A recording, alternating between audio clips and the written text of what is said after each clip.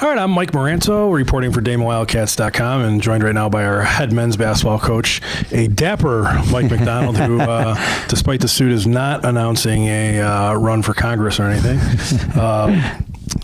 Coach, you guys coming off a really tough 81-78 road loss this past weekend at Lake Erie, a game you guys had double-figure leads in twice. Just couldn't seal the deal, and Lake Erie ends up coming back, gets the three-point win. Thanks for reminding me about that, Mike. And yes, very disappointing game. I thought we played well enough to win offensively, but we did not defend the way we needed to, and turnovers cost us. We had some turnovers in bunches a little bit, but in the end our defense wasn't good enough to win. Our defense had been pretty good all year, but that game was disappointing.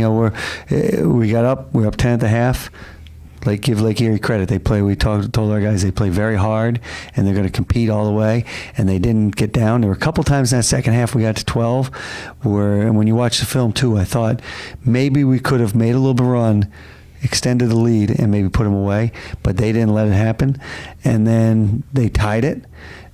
Give our guys credit. We bounced right back, went up 10 again, and with 4 minutes to go, a little 4.5 minutes to go, we're up 10, and I'm saying, okay, we're in control.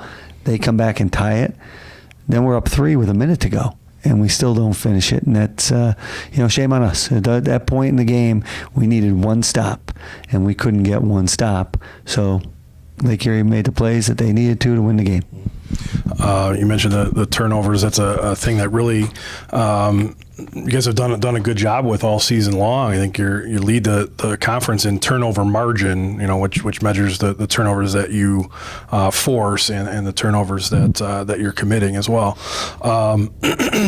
But 12 second half turnovers, and it was the second 10-point lead with that stretch at about the 4-minute mark that you're talking about. It was 2 pick sixes in a row, to use a football term, 3 consecutive turnovers, and they erased that 10-point lead in under a minute. Yep. Yeah, it was a 3-point play, so it was 7. We came out of the media timeout, tried to run a play, poor decision, bounce pass on the perimeter, layup the other way, coming up the court.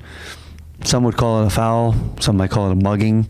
No call, whatever, lose the ball, lay up the other way, and then we step out of bounds, and they hit a three-pointer, and 10 points disappear quickly. But to our guys' credit, we scored right after that. We got a layup, and we needed a stop, couldn't get a stop. Scored again, couldn't get a stop, and then we scored with Deion Hamilton at a 3-point play to put us up 3 with 1:11 to go. Got to get stops there. Yeah, you beat me to it, because that's how I was going to get to is your team's response to that run. You guys still put yourself in position to win the game, like you said, just couldn't get that last stop down the stretch. Something a little bit out of the ordinary for you guys. All 5 starters played 30 minutes or more in the game. Not much out of the bench in this game. And I know that's something. Your bench is a little bit thin with the loss of Nick Petroselli, who's out with an injury right now. I know you usually like to get 10 guys double-figure minutes. That just didn't happen. It hasn't happened, and losing Nick has kind of changed our rotation some. And quite honestly, I thought what happened was we were playing when we went to the bench. We and I did a poor job. We went too much to the bench too early, or in the second half, and they had momentum, and I threw all 3 subs in at once, and it kind of screwed up our rotation some. And at that point, we were down, and we got down a couple points, put the starters back in, and the starters built the lead back up. So then I kind of just made the decision to ride it out. It was a unique game. There weren't a lot of whistles at times, so it was like you're going TV timeout to TV timeout, and it allowed guys to rest. Plus, we were in a situation where we knew we had a bunch of days off coming forward, so in those situations sometimes you like to let those guys ride. But the development of our bench and the play, especially of our younger guys, Andrew Sisko and Breon Harris, very important going forward. Yeah, you mentioned Breon. Breon's really leading the charge for you defensively off the bench. He ranks in the top 50 in the country in steals per game. I think he's up in the top 2 in the conference in steals per game. He's a guy that we haven't talked a whole lot about. His development is good. He started off the beginning of the year last year, and they missed the second semester, and now he's back and he's full go, and he brings us a great spark, great energy off the bench. He can play either guard spot. He does have a nose for the ball, and he can hunt the ball. And at times, I have to live with him going for it and losing it and missing it, and us having to scramble because we haven't had a guy like him who can really change the game a little bit defensively. And I think he takes great pride in that. He played at a great high school in Niagara Falls where they're kind of known for that. And so for him, this is kind of new for him. He's playing more minutes than he did last year. Last year he was kind of a fourth guard before we lost him in December, and now he's strictly in the rotation, and I have to let him play through some things so that he feels more comfortable going down the stretch in January and February.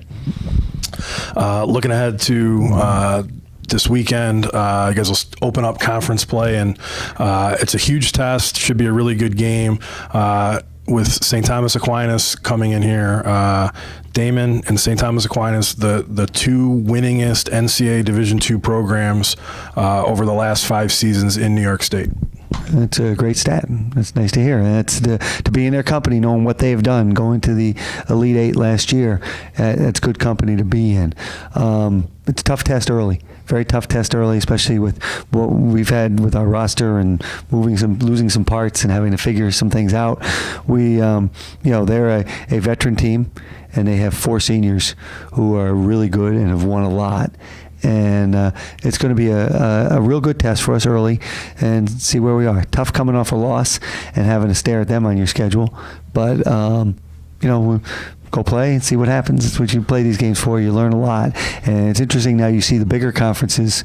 The Big Ten has started a conference play early in the year in December, and all the coaches are kind of grumbling about it, where we've been doing it for years, and you kind of get used to it. These games are important, but we're still forming our identity as a team. Mm-hmm. And when you talk about Stack, they'll come in 7-3, coming off a win over nationally ranked Le Moyne just this past Tuesday night, and you have to start with them.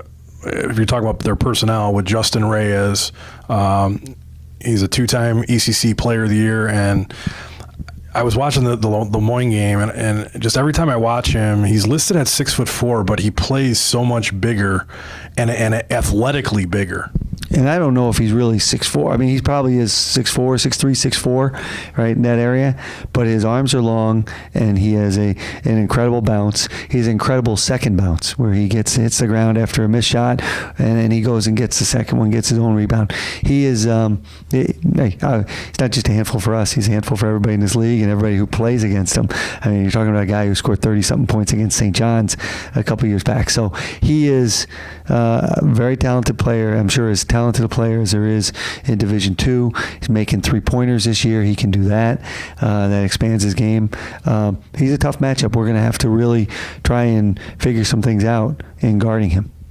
And their style of play is also a little bit different than what has become customary, or what you see from a lot of teams, in that they will try and press and trap for the majority of the games. You guys are going to have to be able to handle that full court pressure. Yep, you got to handle that. And we were talking before, and you made the point that Le Moyne turned the ball over in the first half against them, but did not turn them into pick sixes, right? They were travels, they stepped out of bounds, they were dead ball turnovers, which you don't want any turnovers, but those are the kind of the turnovers you have to avoid are the ones where you throw it to them, they get it out, they get a dunk, everybody gets going.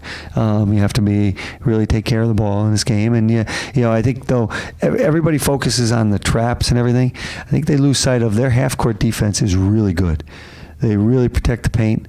They put pressure on the ball, and they guard. They're not necessarily in a trapping way. They guard you, and they help each other tremendously. And I think they're one of the best I've seen at this level, guarding in the half court. So everybody focuses on a trap because those are kind of the explosive plays and the full court press and everything.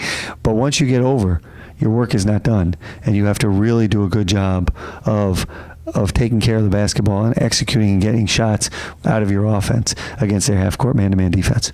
You said it perfectly, and I think it puts you in a tough spot too, because you want your team to be aggressive against the pressure to try and generate some transition opportunities out of it. But you get down the other end, and if you're not making a pull-up jump shot at the elbow, that almost feeds into the way that they want to play. You didn't take any time off the clock, and it just gives them the ball back. So anyway, that's my 2 cents. So we have a lot of activities surrounding the games on Friday. It's a doubleheader with the men and the women. There's an ugly holiday sweater contest, so put those on. Can't wait to see what you're wearing. I might have to go to the store. I don't know.